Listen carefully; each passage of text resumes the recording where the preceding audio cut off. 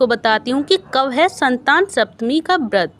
तो इस साल संतान सप्तमी का व्रत रखा जाएगा 10 सितंबर मंगलवार को। वो इसलिए क्योंकि वैसे तो सप्तमी तिथि 9 सितंबर की शाम को ही आ जाएगी, लेकिन उदया तिथि के अनुसार ये व्रत 10 सितंबर को रखा जाएगा, क्योंकि 10 सितंबर को सूर्योदय के समय भी ये तिथि रहेगी।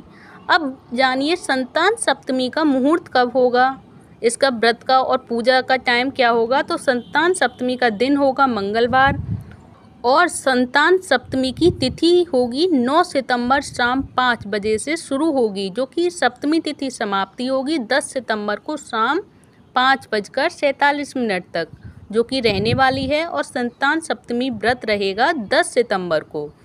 तो संतान सप्तमी की पूजा सामग्री क्या क्या होंगी। तो सावन भादों क्वार के महीने में जितने भी व्रत आते हैं उसमें भगवान शिव, माँ पार्वती और कृष्ण जी की पूजा का विशेष महत्व होता है और इनकी विशेष पूजा की जाती है। और संतान सप्तमी की पूजा में भगवान शिव और माता पार्वती की पूजा होती है।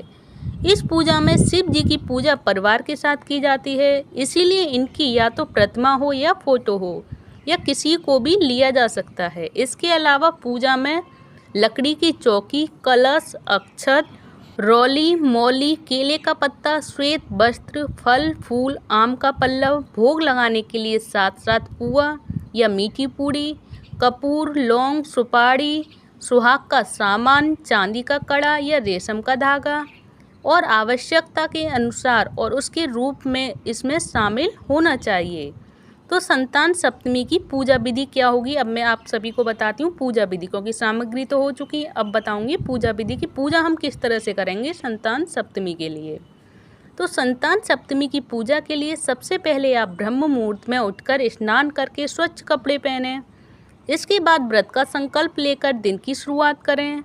इसके बाद गुड़ और आटे को मिलाकर 7 पुआ और खीर पूजा के लिए तैयार करें।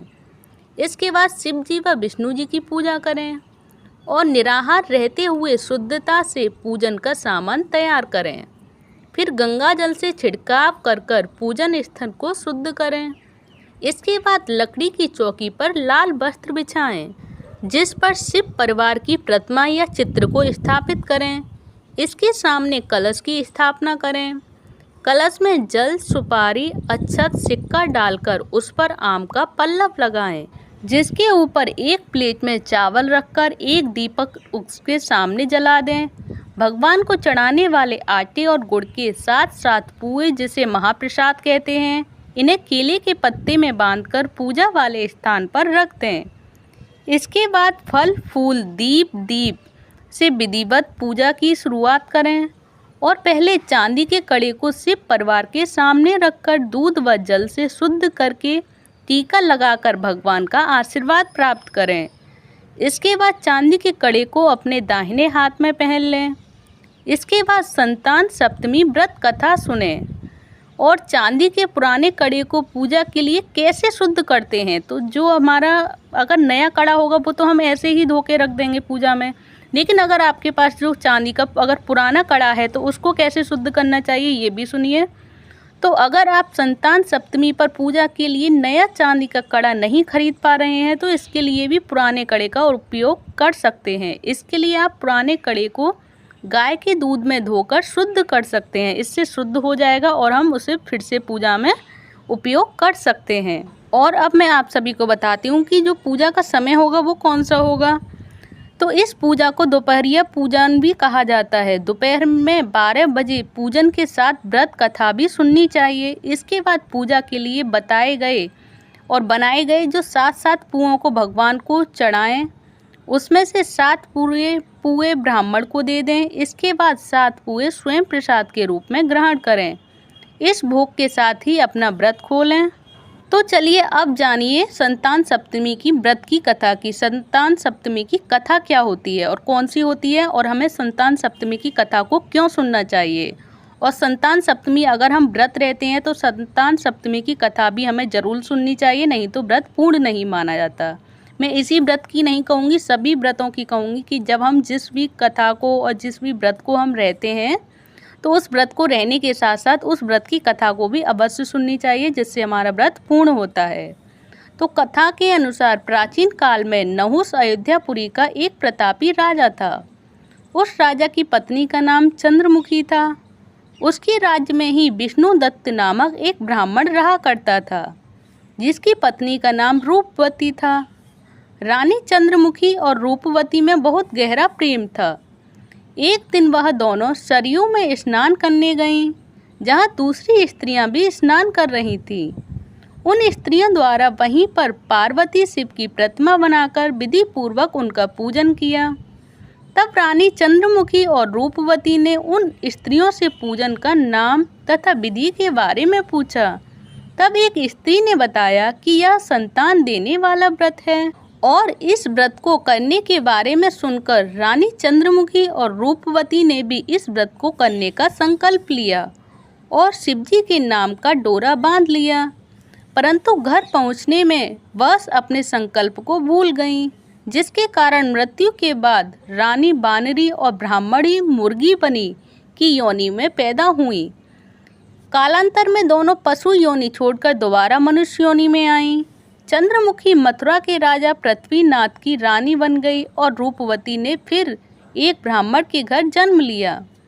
इस जन्म में ईश्वरी नाम से रानी और भूषणा नाम से ब्राह्मणी जानी जाती थी। भूषणा का विवाह राजपुरोहित अग्निमुखी के साथ हुआ। उन दोनों में इस जन्म में भी बहुत प्रेम हो गया।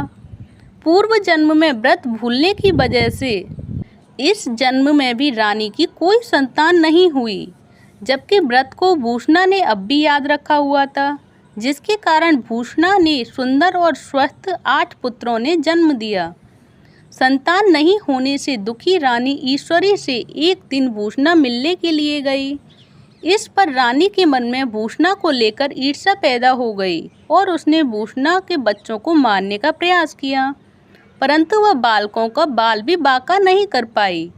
इस पर उसने भूषणा को बुलाकर सारी बात बताई और फिर माफ़ी मांगी और उससे पूछा कि आखिर तुम्हारे बच्चे मरे क्यों नहीं।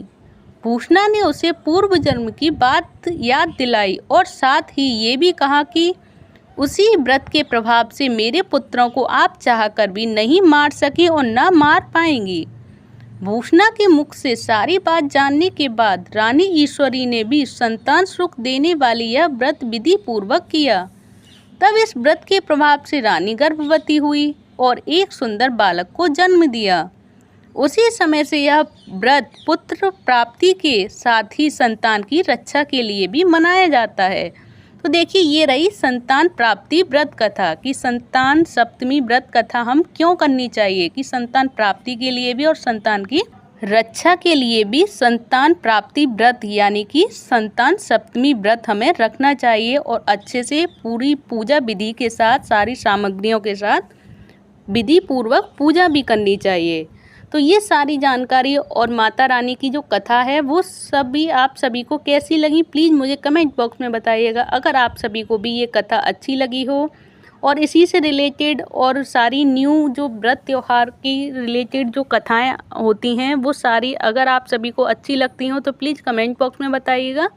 तो मैं इनसे रिलेटेड और आने वाले त्योहारों से रिलेटेड आपके लिए ये कथाएँ लेकर आऊँगी, जिससे कि आप सभी को कोई प्रॉब्लम नहीं हुआ करे कि जिसको जो कथाएं नहीं आती हैं वो भी अच्छे से आप सुन सकें और एक दूसरे के साथ शेयर करके अपने रिलेटिव्स को भी बता सकें। और ये सारी चीज़ें अच्छी लगती हैं प्लीज़ मुझे कमेंट बॉक्स में बताया करिए, जिससे मुझे पता चले और मैं आप सभी के लिए इसी तरह से कहानियाँ और कथा लेकर आऊँ और डेट वगैरह शुभ मुहूर्त भी बता सकूँ आप सभी को। तो ये सारी जानकारी अगर अच्छी लगी तो प्लीज़ वीडियो को एक लाइक कर दें, चैनल को सब्सक्राइब करें। धन्यवाद। हरे कृष्णा हरि बोल।